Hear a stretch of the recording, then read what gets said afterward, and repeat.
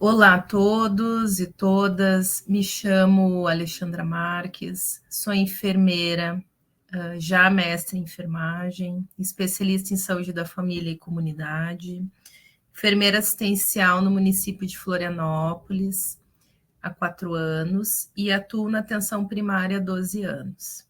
Atualmente também coordeno o Comitê Técnico de Saúde da População Negra. Espero que tenhamos uma ótima tarde de diálogos, de debates, que possamos aprender juntos, né? Sobre a praxis antirracista na saúde da mulher negra.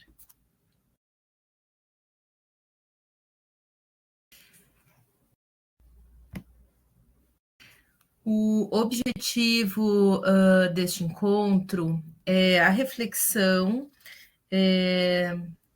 do debate étnico-racial na saúde, frente ao conceito da interseccionalidade do racismo na vida e saúde das mulheres negras em nossa sociedade. Para a mudança, então, da praxis profissional para uma praxis antirracista com objetivo de enfrentamento ao racismo e ao racismo das instituições. De quem estamos falando, então, né? Estamos falando de uma maioria minorizada, tratada como uma minoria. E por que uma maioria, né?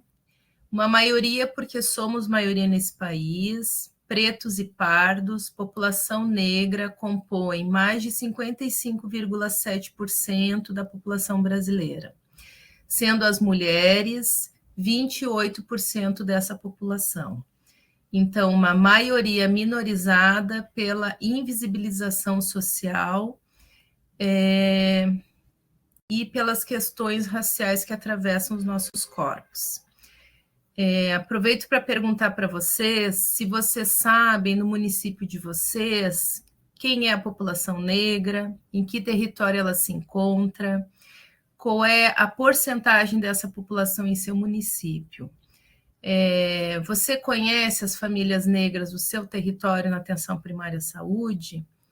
Então, essas perguntas são importantes para a gente trazer visibilidade a essa população e saber que ela existe e saber que ela possui necessidades específicas em saúde. Bem, tem alguns conceitos, então, que precisamos adentrar para entender a interseccionalidade do racismo, do gênero, da raça e da classe na saúde. E um desses conceitos, ele é um conceito trazido por Grada Quilomba. Eu vou apresentar o livro dela. São boas referências para quem se interessa, né, pelas questões étnicos raciais e como é que o racismo opera na sociedade, né? Então, Grada nos traz que o racismo ele coexiste simultaneamente por 3 alicerces que o mantêm em nossa sociedade até os dias de hoje, né?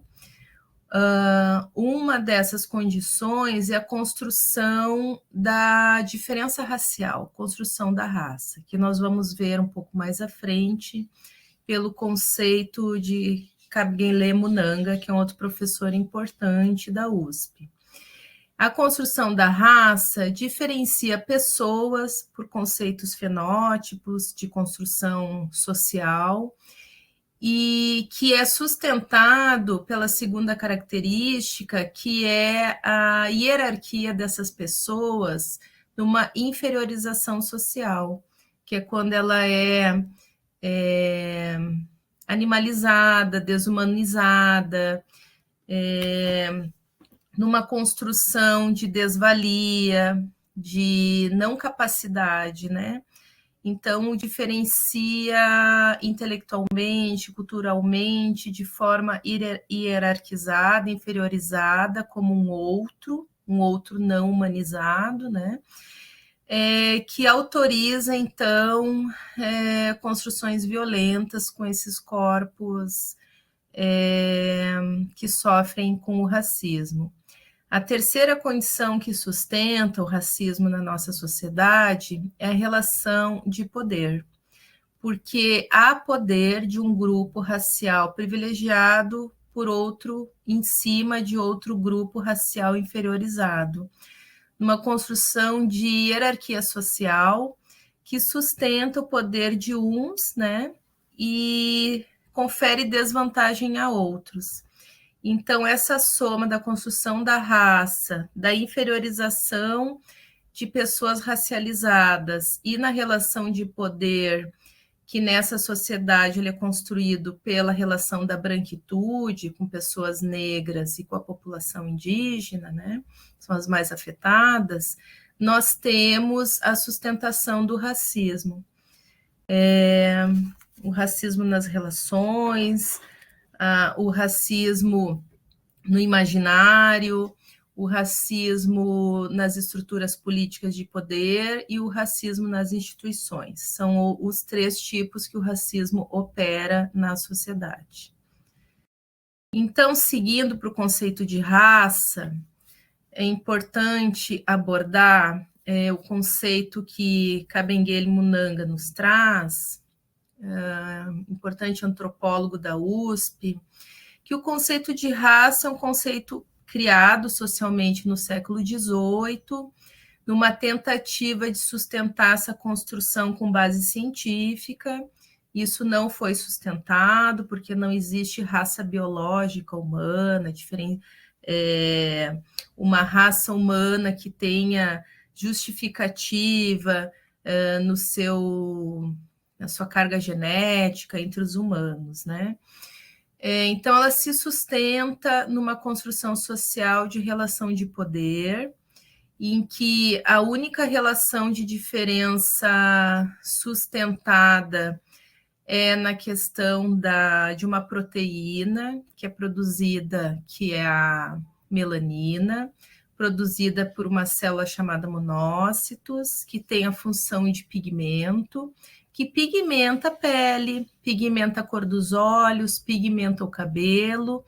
Então, trazendo diferenças de características de pigmento, né, que é uma característica da população negra, ter a pele escura, olhos escuros, cabelo escuro por esse pigmento da melanina, e outras características fenótipas afro-brasileiras que nos caracterizam como pessoas negras, pretas ou pardas, né? É a única justificativa de diferença que sustentaria até os dias de hoje a construção de raça, que é a criação da diferença. Mas o que se sustentou na história, na construção da raça, é uma construção social que ela tem uma relação das características de pele, cultura, da relação do físico e da moral, do físico e do religioso da pessoa negra, do físico e da cultura, mas numa relação naturalizada que nos inferiorizou e autorizou exploração e hierarquia social de pessoas que merecem, né, ter acesso à sociedade, aos bens e serviços, por uma criação de uma capacidade superior, que é a questão dos brancos como grupo racializado privilegiado, e os outros, então, inferiorizados, que aqui eu incluo a população negra e os povos originários, a população indígena nas suas mais de 300 diferenças étnicas, né? Seguindo adiante, há um importante avanço numa construção de atores sociais na nossa sociedade que entende, então, um conceito ampliado de saúde. É importante ter esse conceito, que ele ultrapassa a questão de produção de saúde e doença, ou de conceito genético ou hereditário, ou do comportamental das pessoas, né? A saúde, ele tem uma relação ampla do desenvolvimento de uma sociedade, né? quais são as condições que as pessoas têm acesso à alimentação, à moradia digna, à educação, ao trabalho e renda, à preservação do meio ambiente, equilíbrio, ao transporte, ao lazer, direito a ter lazer, o direito à liberdade, liberdade com segurança, e eu acrescentaria aqui o conceito da felicidade como um conceito de saúde, né? Então, o acesso também ao posse da terra, produção da terra e o acesso aos serviços de saúde. Então, na 8ª Conferência de Saúde, em 86, que é a conferência que delibera a criação do SUS, ela define que o resultado das formas de organização social e da produção do capital no sistema capitalista, eles podem gerar desigualdades nos níveis de vida. Então, pensar num conceito de saúde ampla para a gente poder entender como que o racismo intersecciona a vida das pessoas racializadas.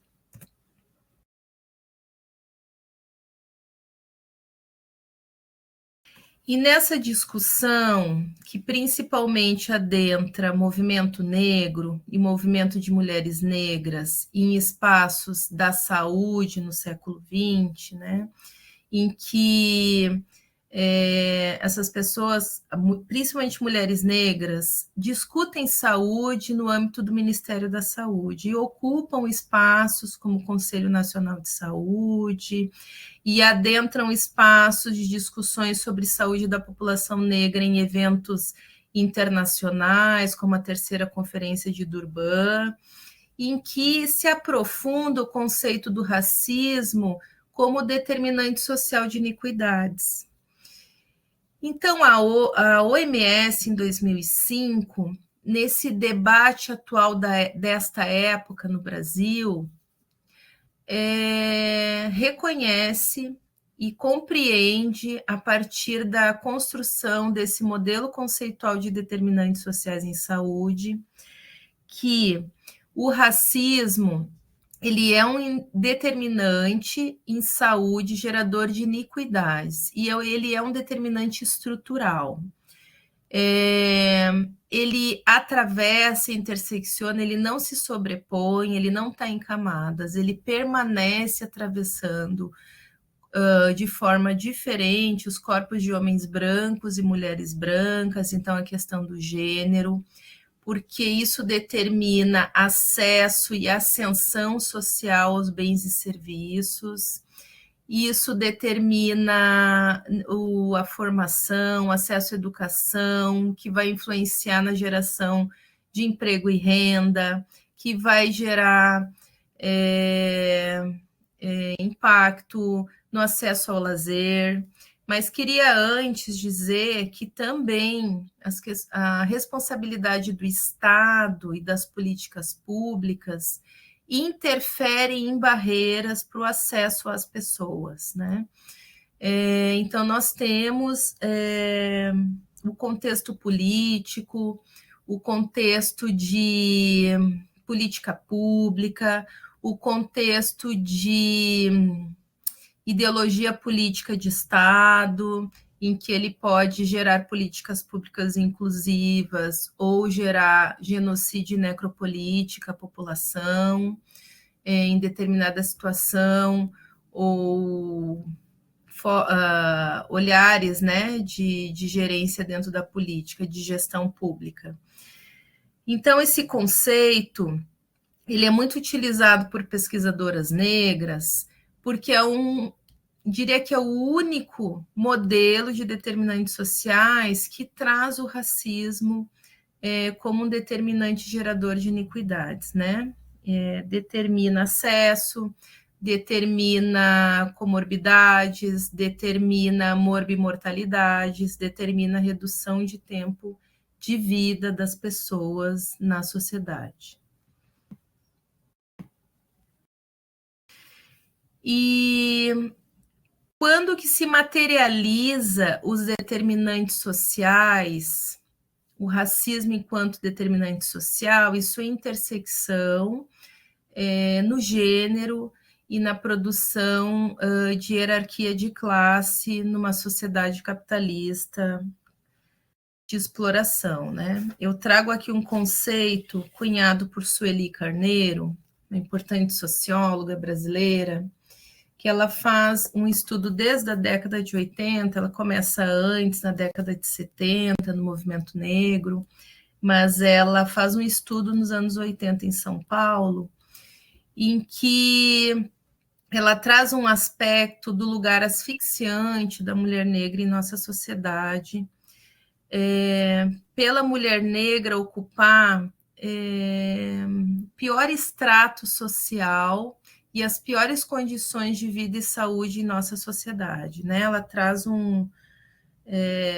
relação em que nos diz, né, que há uma seleção social em curso que reforça a disparidade, a diferença de classes sociais, com imenso aprofundamento de desvantagens, quando se soma nessa análise a intersecção de gênero e raça, inferindo em precariedade da vida e condições de moradia da população negra brasileira, e, em especial, dos corpos de mulheres negras. Porque elas estão numa condição social em que elas ganham menos de 70% ou 70% do salário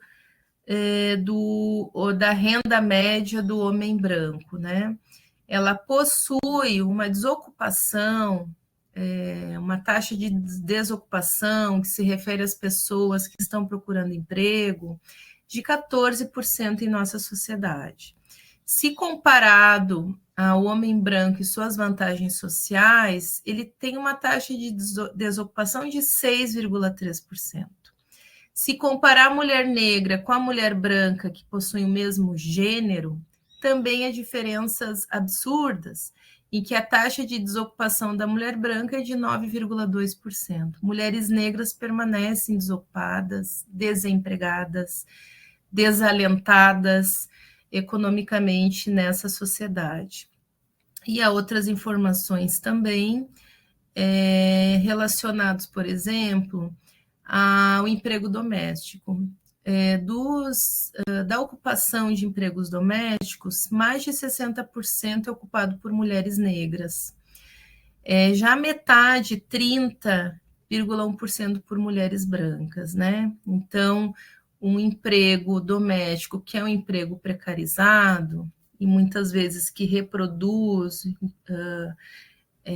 emprego análogo à escravidão, né? Exploração análoga, em que a gente vê nas notícias, ele está conferido e interseccionando corpos de mulheres negras. Então, quando a gente relaciona, né, determinantes sociais em saúde, em que a gente enxerga que mulheres negras acessam menos a escola, a maioria é mãe solo, possui uma renda abaixo, uma renda média abaixo do salário mínimo, R$ 1.700. Ocupam empregos do baixo terciário, prestação de serviço, serviço doméstico, sem ascensão social. Nós temos que olhar para essas mulheres de uma forma mais atenta, porque elas estão mais expostas a todas as iniquidades sociais e em saúde.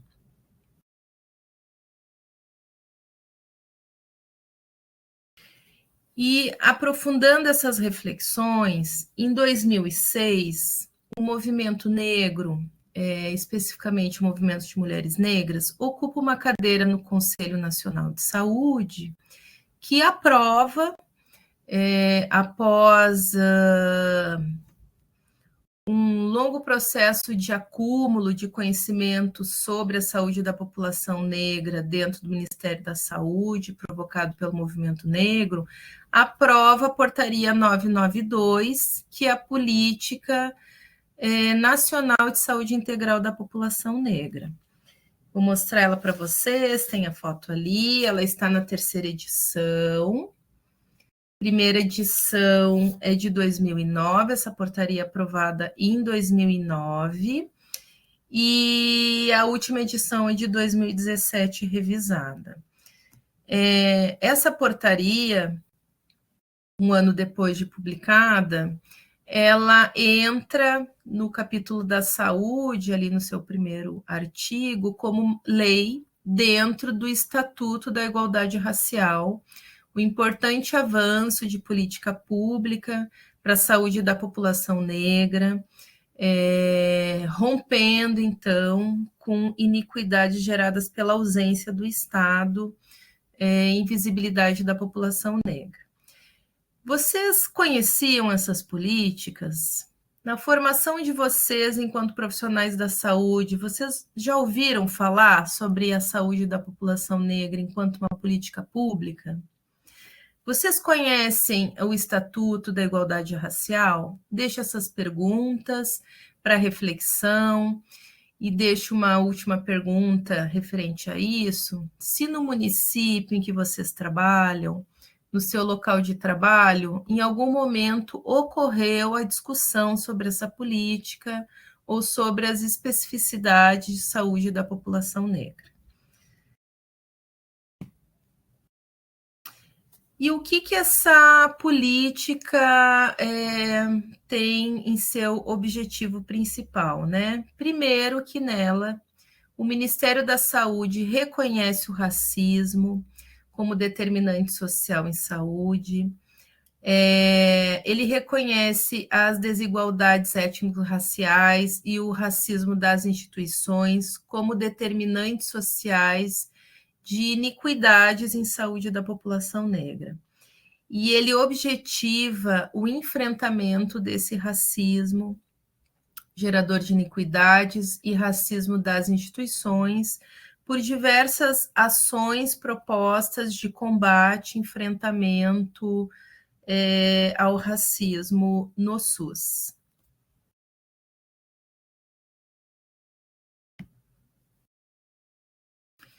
Então, adentrando um pouquinho, a gente intersecciona sobre como que o racismo opera e como que ele se apresenta nas instituições de saúde. Então, nós temos aqui a Jurema Werneck, inclusive é uma feminista negra que senta esses espaços políticos para a construção da política nacional, e ela nos escreve que o racismo nas instituições atua condicionando o sistema organizacional do Estado em ações e pelas instituições e políticas públicas, lembrando que opera também nas instituições privadas, na reprodução de hierarquia social, de quem vai ter privilégio e quem não vai ter, quem vai ter direito e quem não vai ter, ou quem vai ter mais e quem vai ter menos direito, ou menos acesso.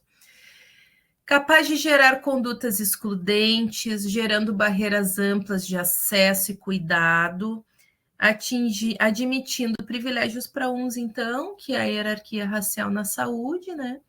E para outros, vulnerabilidades programadas de indivíduos e grupos sociais vitimados pelo racismo. Vamos ver mais à frente como é que materializa, então, essa relação do racismo nas instituições, pensando a intersecção nos corpos das mulheres negras que acessam o sistema de saúde público SUS.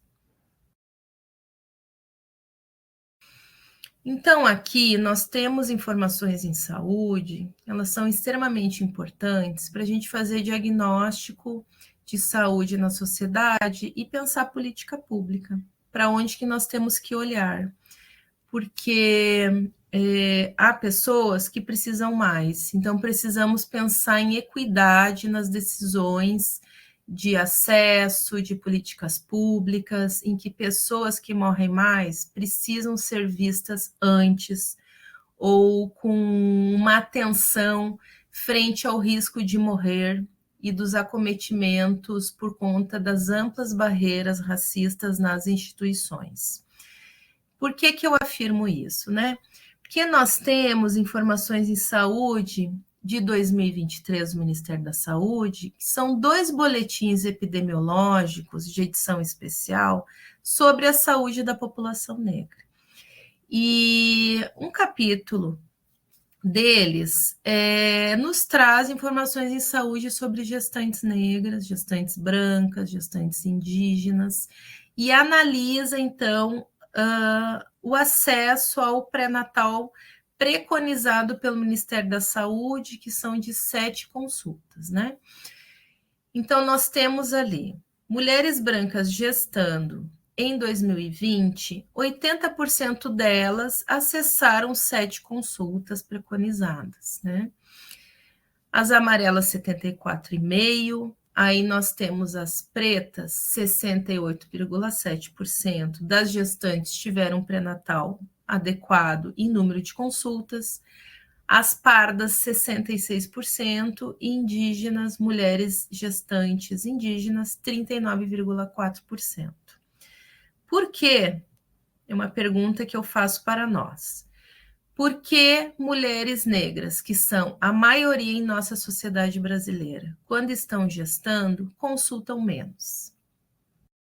Quais são as barreiras institucionais racistas? Qual é a relação dos profissionais da saúde num olhar que racializa esses corpos e confere iniquidade em saúde e barreiras amplas de acesso para as consultas de pré-natal? Vamos seguir. Essas mulheres grávidas, as mulheres negras gestando, elas têm uma mortalidade que não se reduz ao longo dos anos analisados em mais de uma década.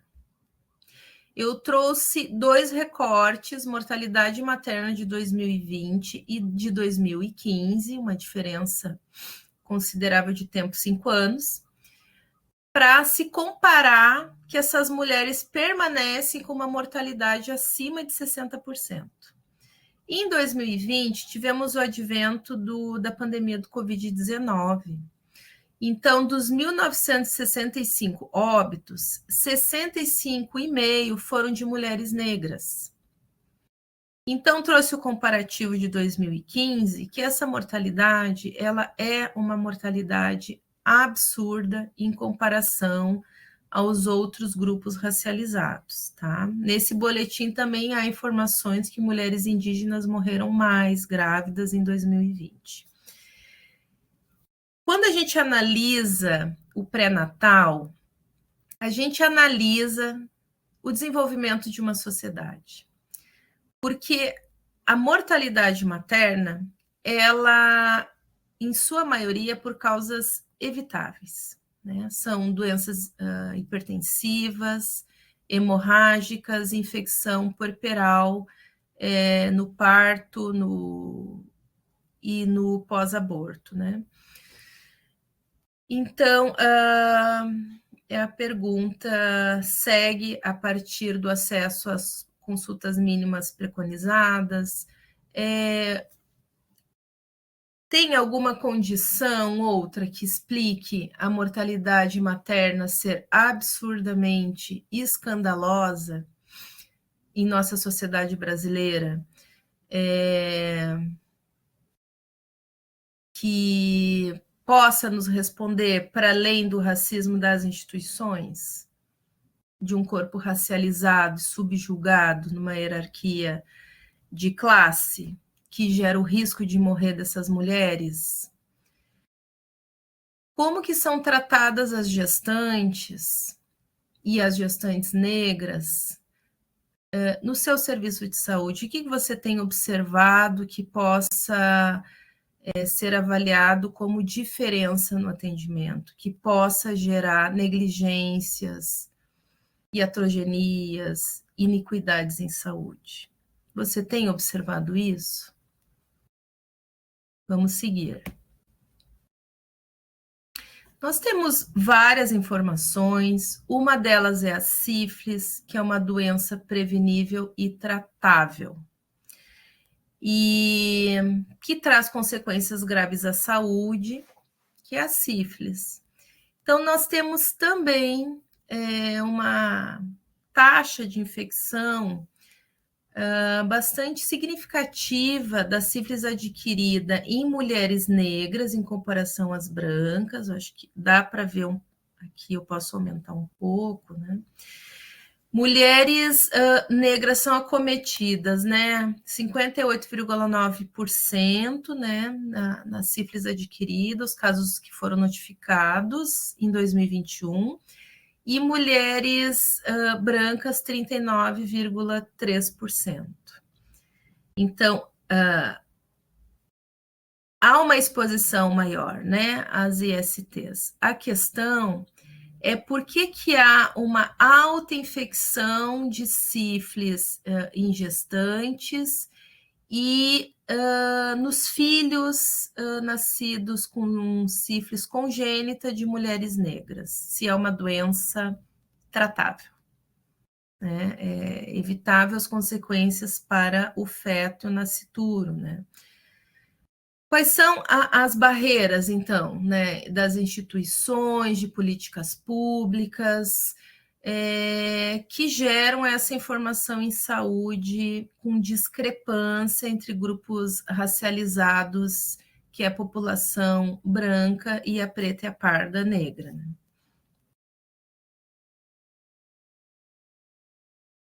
Também temos informações sobre o HIV.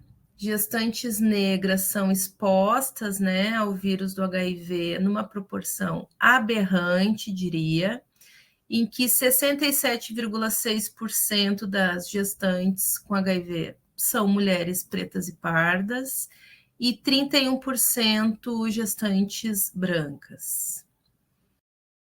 Nós temos uma política de tratamento e hoje de prevenção para o HIV bastante consolidada no Ministério da Saúde. Hoje também temos tecnologias medicamentosas da PrEP e da PEP para prevenção do HIV, mas ainda vivenciamos essas taxas escandalosas, né, em relação à saúde da mulher negra. E isso se reflete, então, nos óbitos por AIDS, numa diferença de 60,8% para mulheres negras, 38,5% óbitos por AIDS de mulheres brancas em 2021. 10 minutos. E, por último, então, a violência letal, feminicídio, se soma a esses corpos uma violência social absurda, em que mulheres negras possuem quase 2 vezes a chance de morrer do que mulheres brancas. Dos feminicídios de 2021, 67,4% foram conferidos a mulheres negras, né? Então, refletindo o que conversamos, discutimos até este momento, o entendimento do racismo como determinante de iniquidades é o contrário da equidade, né? O que gera adoecimento, o que gera o não acesso, o que gera violência, o que gera mortalidade, ele atravessa os corpos das mulheres negras, independente da classe social, mas de forma mais brutal, a mulheres pobres, em que, em nossa sociedade, a organização social de produção com hierarquização racial confere o lugar asfixiante de desvantagens a todos os serviços de dignidade social, né? Social e de saúde. Portanto, o racismo interseccionado às vidas das mulheres negras resulta nos piores desfechos em relação às pessoas brancas em saúde, conferindo morbidades, redução de anos de vida, mortalidade, conferindo iniquidades amplas sociais em saúde. E, por último, de extrema importância, nós profissionais da saúde, gestores do SUS, usuários do controle social, a sociedade toda, mas principalmente nós profissionais que temos o poder de dar acesso e cuidado, né? Precisamos refletir nossas práticas, nossa visão sobre o outro, num olhar antirracista que nos requer um alto nível ético a partir de uma reflexão do que estamos fazendo enquanto enfermeiros, técnicos de enfermagem, agentes comunitários de saúde, médicos, dentistas, profissionais da equipe multi do NASF, gestores de saúde, secretários e secretárias municipais de saúde, né? Porque inferimos em processos, protocolos, projetos, financiamentos em saúde que invisibilizam o racismo como determinante social, que gera iniquidade estrutural socialmente na saúde, de forma que privilegia grupos sociais e a outros conferem desvantagens, e essas desvantagens levam a morbimortalidades, né? E não traz dignidade humana a grupos racializados, né? Encerro, então, essa discussão fazendo de novo a pergunta, né? Você reflete suas práticas no acesso e cuidado à população negra, especificamente às mulheres negras, seus filhos e sua família?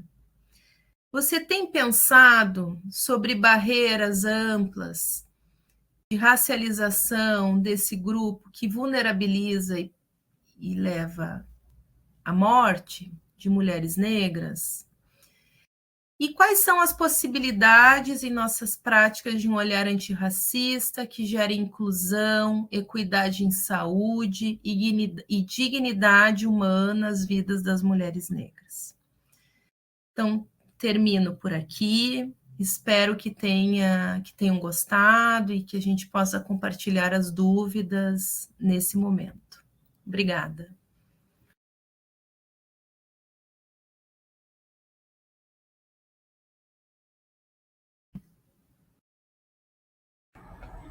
Perfeito, pessoal. Alexandra, muito obrigada pela tua necessária exposição.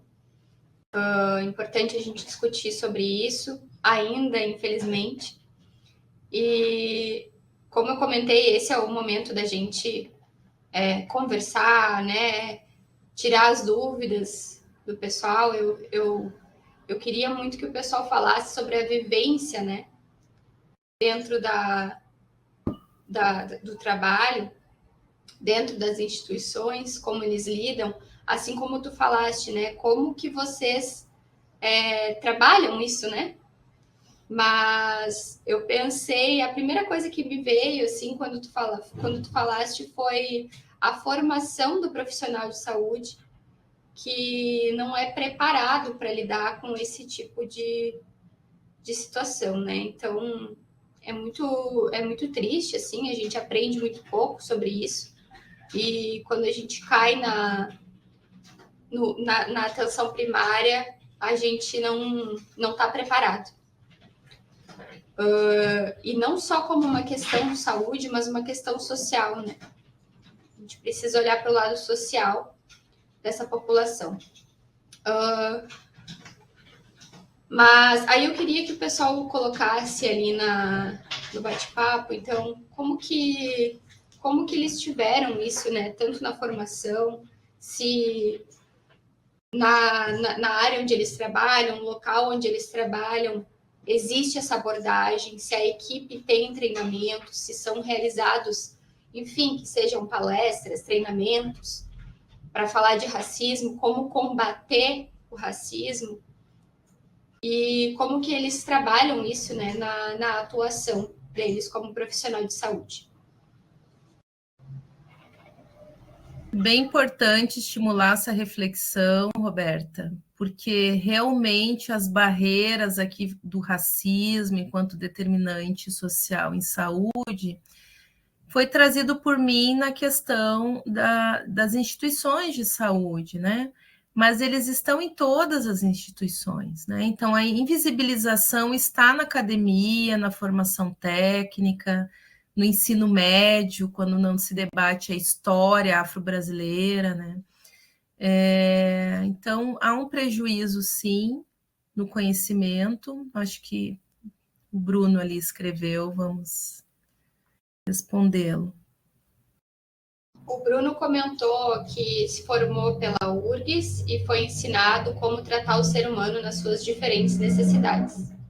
Perfeito, Bruno. Muito obrigada pela tua participação. Eu acho importante a gente enxergar também as diferentes maneiras de cada instituição passar o conhecimento, né? A gente sabe que não são todas as instituições públicas, principalmente, que conseguem abordar da maneira correta o tratamento de cada ser humano com as suas especificações, com o seu local social, né?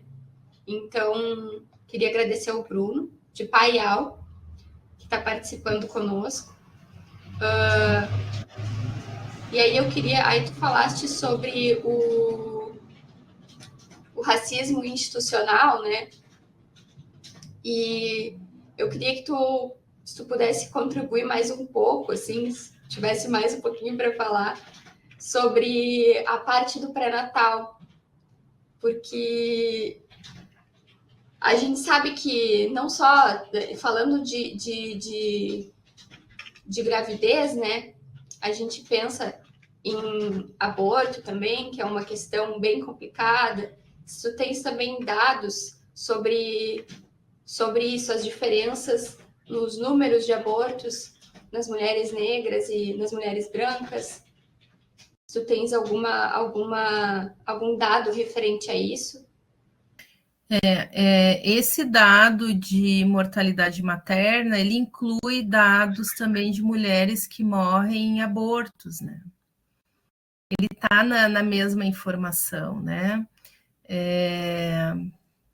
Por consequências de aborto, porque a mortalidade por infecção puerperal, infecção pós-aborto, ele inclui na terceira causa de mortalidade materna, né? Então, quando a gente vê o dado de mortalidade, né, que se mantém acima de 60%, isso inclui abortos sépticos, com desfecho ruim, né, que gera morte, né? Então, está incluído ali. A discussão do aborto ela é muito importante, porque a gente fala do acesso ao serviço de saúde para um aborto seguro, né? Em que essa mulher não morra, né? Em consequência de sepse, de infecção, por conta de procedimentos inúmeros ou consequências de um aborto, né? Então, acho que é uma outra discussão importante, mas é um dado que nos diz que mulheres negras estão morrendo mais, sim, por infecções que incluem a questão do aborto, né? Infelizmente é uma realidade, né? Não é uma coisa de ser contra ou a favor, o aborto acontece e, infelizmente, as mulheres da periferia, mulheres negras também acabam vindo a falecer mais por também não ter condições de fazer esse procedimento de forma segura, né? Segura, exato. E aí a gente fala também de política pública, né? Se a gente tem uma informação que mulheres estão morrendo, né, por infecção puerperal e pós-aborto, tem que ter política pública que proteja a vida dessas mulheres, né? Então, quando se tem uma discussão que se arrasta nesse país para a segurança dessas mulheres, por N motivos de cunho moral, principalmente, né? Moral e religioso, a gente nega a ciência, né? E nega informações em saúde que nos fala de uma urgência de saúde pública. Então, está mais do que na hora, né, de política pública protetiva, saúde de acesso a essas mulheres que necessitam de um aborto seguro, necessitam estar vivas, né, depois de um procedimento desse. É que se tudo é questão, se fosse uma questão apenas de gastos em saúde, né, o quanto mais não se gasta com as consequências desse procedimento mal feito, do que se gastaria com um procedimento, né, assistido, enfim. Sim. Eu acho que é outra reflexão que a gente teria também sobre a saúde da mulher, e é importante a gente falar sobre isso, colocar, mas poderia ser uma outra web palestra também, mais uma hora, duas, só sobre esse tema, porque é muito complexo para se discutir, mas são temas importantes dentro da saúde feminina, e a gente precisa bater nessa tecla também, né, Alexandre? Sim. E falando também da questão das doenças na população negra, principalmente doenças transmissíveis, né? Vem muito todos esses anos de escravidão, né? 400 anos de escravidão que acabou marginalizando essa população, né? E fazendo com que tenha menos acesso, né? Enfim, desde condições sanitárias adequadas, né? Acesso à saúde, muitas pessoas não conseguem nem sair de casa, né? Acesso ao plano de saúde, enfim, tudo isso é gigantesco. E eu queria também que tu falasse um pouco sobre isso, o quanto que isso acabou levando ao que a gente tem hoje de realidade em saúde dessa população. Depois desses todos os anos de escravidão no Brasil, que demorou tanto, né, a ser findado, enfim. O Brasil é o continente, é o país diaspórico, né? Fora da África, é o maior país de cultura africana, né? A partir do sequestro de africanos do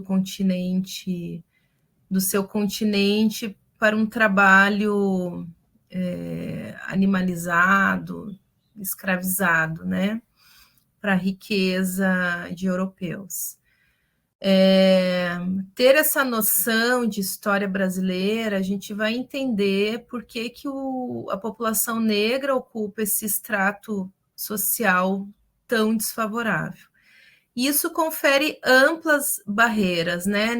Foram 330 anos de escravização e, na verdade, sem reparação suficiente até o dia de hoje, né? Precisa de muita política para reparar esse dano e não será suficiente, né? A gente fala das políticas afirmativas.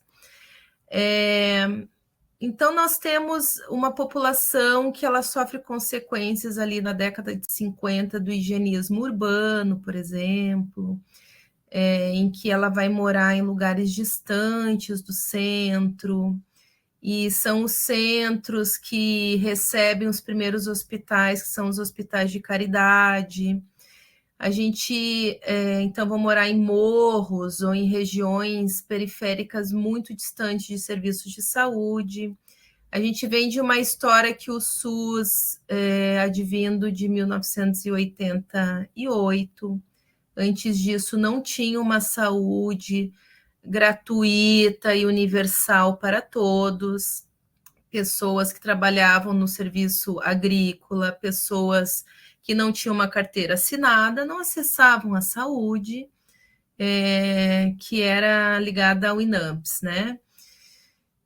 Tinham que pagar. Quem é que pode pagar uma consulta médica se tem uma relação de um sistema capitalista, de um emprego que não traz condições de acesso aos serviços, né? Então, são barreiras de acesso que está desde o lugar onde essa pessoa mora, se ela precisa se deslocar 4 horas para chegar no emprego, 3 horas, qual é o transporte, ela trabalha em 2 empregos, em 3 empregos para conseguir pagar o aluguel. Ela não pode faltar esse trabalho para acessar o serviço de saúde de jeito nenhum, senão ela vai perder o emprego dela. Ou ela não tem uma seguridade das leis trabalhistas, né? Um trabalho informal. Ou ela não tem trabalho. Simplesmente não tem trabalho e ela não tem o que comer. Como é que se pensa o acesso dessa pessoa, né? Da mesma forma como a pessoa que tem acesso a tudo, que tem acesso à segurança alimentar, ao transporte, mora perto do serviço de saúde, não sobe morro, tem carro, tem ônibus a cada 15 minutos, né?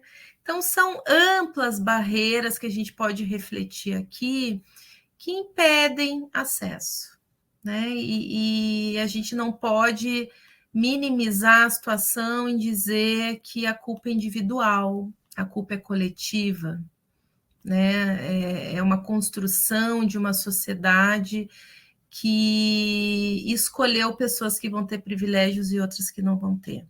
E tem a questão relacional, que quando essa pessoa ela é desprezada no serviço de saúde pelo seu fenótipo, ou eu vou trazer outros atravessamentos, porque ela tem uma deficiência física somada, é uma mulher negra com uma deficiência física, é uma mulher negra com corpo grande, é uma mulher trans negra.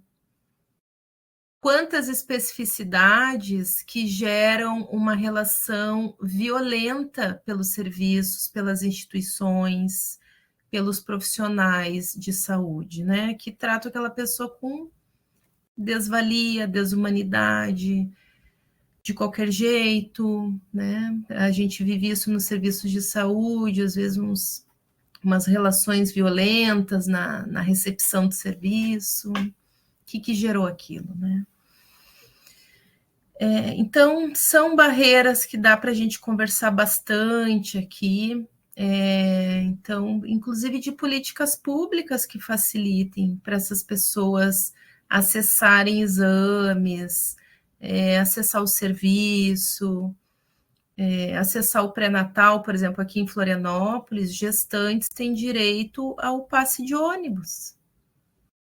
Isso é política pública, política social, ter o acesso a uma passagem de ônibus para fazer o seu pré-natal.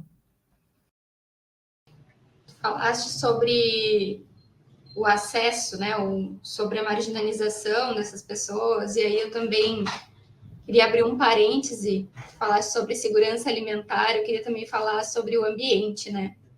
Esses locais, os pontos de venda, nesses locais mais afastados, eles comercializam também alimentos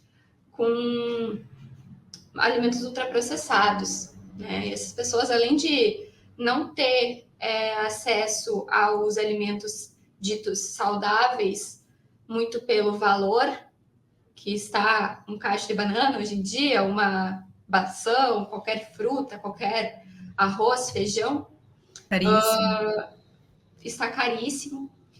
E esses alimentos não são muito vendidos lá, e o que tem assim muito à disposição dessas pessoas são refrigerantes, alimentos açucarados, enfim, bolachinhas recheadas, é o que essas pessoas têm acesso desde pequena, inclusive. O pão de trigo, por exemplo, porque é um alimento que vai sustentar, né? Eu já atendi pessoas que, por não ter segurança alimentar, por ausência de renda, pessoas que comem esse miojo todo dia no almoço, né? E eu atendi elas com enfraquecimento, adoecidas. E aí, sobre o que tu falou também da diferença de tratamento, né? A gente tem alguns dados que falam que mulheres negras recebem menos anestesia porque Sim. aguentariam mais a dor.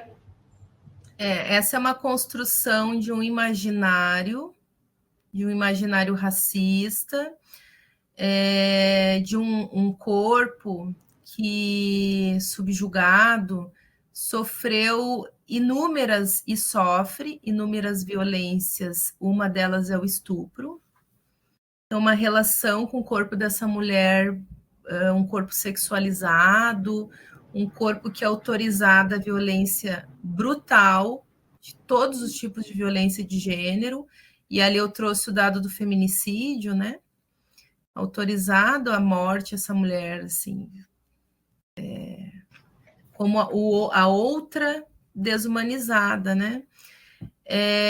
E aí a relação da anestesia e da dor, ela está relacionada com esse olhar extremamente brutal e violento de uma mulher que vem ser escravizada e vem para reproduzir mão de obra pelo estupro, autorizado, né? E essa questão que tu trouxeste, Roberta, sobre anestesia, eu já trabalhei em bloco cirúrgico e eu vi isso acontecer. E aí a gente pensa que isso é distante, não é nada distante. E a interferência na hora da equipe de saúde, dizendo esta mulher está com dor. E o profissional dizer, mas já vai acabar o procedimento. E a enfermagem tem um papel muito importante nesses locais, né? Em todos os locais de saúde, para humanizar o que está desumanizado, né? Em dizer, não, ela precisa do repique anestésico porque ela está com dor. É complicado, sinto muito, Alexandra. Eu acho que é importante a gente refletir sempre sobre a nossa atuação como profissional de saúde e a nossa responsabilidade. E não só como profissional de saúde também, mas como cidadão, né, de combater esses comportamentos. E tá ali para falar que, por mais que aquela pessoa talvez esteja num cargo superior, né, ou de responsabilidade maior, que a gente deve sim se colocar contra, né, qualquer situação dessas. É muito complicado. Eu acho que esse é um olhar antirracista também, Roberta, na posição. Quando a gente se coloca contra essas violências que têm relação étnico-racial, a gente se coloca como cidadão antirracista já. Traria essa como uma estratégia, que é o posicionamento e se colocar no momento que vivencia uma violência. É isso aí. Então tá, pessoal, eu acho que batemos o nosso horário já, a gente vai conversando, e são muitas reflexões, né? Um assunto que vai abrindo outros assuntos e a gente vai puxando nossa, queria muito te agradecer por estar aqui conosco hoje, por aceitar estar aqui conosco. A gente teve um problema, essa web ela já estava marcada, né? A gente acabou tendo que remarcar ela, a gente teve um impasse ali, mas que bom que tu pode estar aqui com a gente hoje. Espero te ver mais vezes por aqui. Muito obrigada pelo teu tempo. É muito necessário. E que a gente não só tenha discutido, mas que a gente siga discutindo isso, né? Exato. Pessoal, eu queria lembrar vocês que essa web, assim como todas as webs que a gente já fez, elas vão ficar disponíveis em nosso site, também dentro do nosso do STT e do nosso canal do YouTube, tá?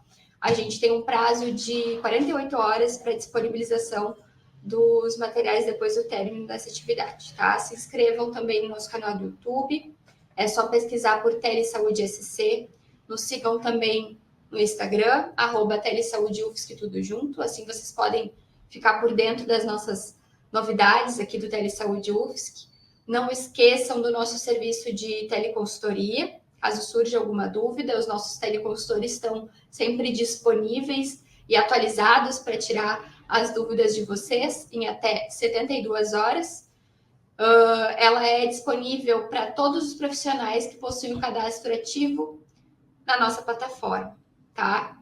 Os nossos serviços, eles estão disponíveis para os profissionais que atuam na atenção básica e também para os gestores de saúde. Avisem os colegas de vocês sobre os serviços do Telesaúde, indiquem também que eles façam o cadastro nas nossas plataformas e participem das nossas atividades. Falando em cadastro, não esqueçam de deixar atualizadas as informações de vocês sobre e-mail, equipe, unidade onde vocês estão atuando principalmente. E caso vocês precisem de mais informações, vocês podem também entrar em contato conosco através do e-mail cadastro-telesaudesc@gmail.com. Então, finalizando aqui, eu acho que a gente não tem mais dúvidas. Novamente, Alexandra, muito obrigada. Pessoal, agradeço a participação, a presença de todos que estiveram aqui conectados. Aguardo vocês na semana que vem, na nossa próxima web. Até. Essa sessão está encerrada. Vocês já podem sair da sala. Obrigada, Alexandra. Obrigada, Roberta. Boa tarde.